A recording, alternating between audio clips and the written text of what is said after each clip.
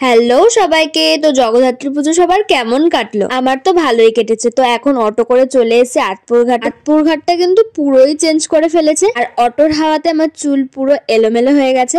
তো এখন উঠে পড়েছি নৌকায়। নৌকা লঞ্চ দুটোই ওখানে চলে, তো সেটাই দেখাচ্ছিলাম। লঞ্চের কি আলাদা ঘাট আছে নাকি? তা না, একই জায়গায় সকলে পারাপার করে। কে কোন ঘাট পার হয়ে ঠাকুর দেখা শুরু করো অবশ্যই কমেন্টে জানিও। এই ঘাটটা পার করলে একদম সামনেই একটা প্যান্ডেল পড়ে, এরপর তো পর পর পর পর ঠাকুর থাকেই। কারা কারা চন্দননগরে ঠাকুর দেখতে প্রত্যেক বছর আসো আর এখনো আসতে পারোনি, মন খারাপ করো না, ঠিক পরের বছর আসতে পারবে। এখানে করেছিল রথের মেলা, যেটা খুবই সুন্দর ইউনিক তুলে ধরেছিল। ভুট্টা বিক্রি হচ্ছিল। ইমা, আমরা কোন স্টেশনে চলে এসেছি। এরপরে ছিল ডাকের সাজ, যেটা প্রথম রবীন্দ্রনাথ ঠাকুরের বাড়িতেই হয় আশা করা যায়, কারণ সেখানে সেটাই লেখা ছিল। তারপর থেকে ডাকের সাজের প্রচলন শুরু করা, যেটা জগদ্ধাত্রী পুজোয় তো মেন।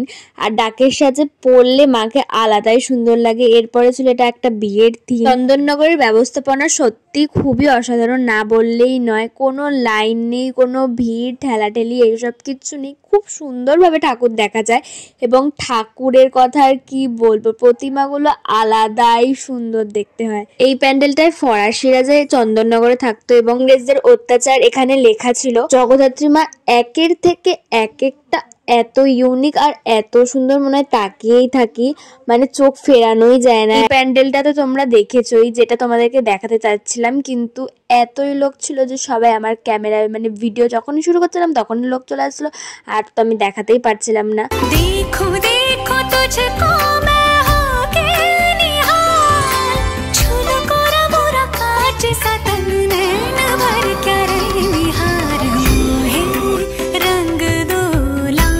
এই মাটা জাস্ট অতুলনীয়, মনে হচ্ছে তাকিয়েই থাকি কতক্ষণ যে দাঁড়িয়েছিলাম।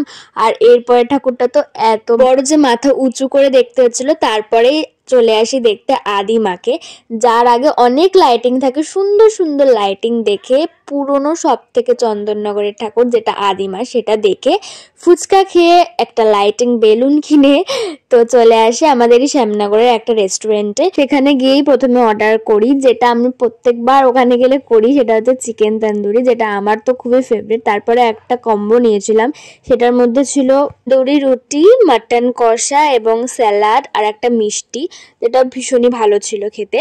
আর মাটনটা ভীষণই সফট, দেখতেই পাচ্ছ। জানি ভীষণই লেট হয়ে গেছে ভিডিও ছাড়তে, বাট তোমরা আমাকে ভালোবাসা দিও। তো নেক্সট ভিডিওগুলো দেখতে থাকো, ততক্ষণের জন্য বাই।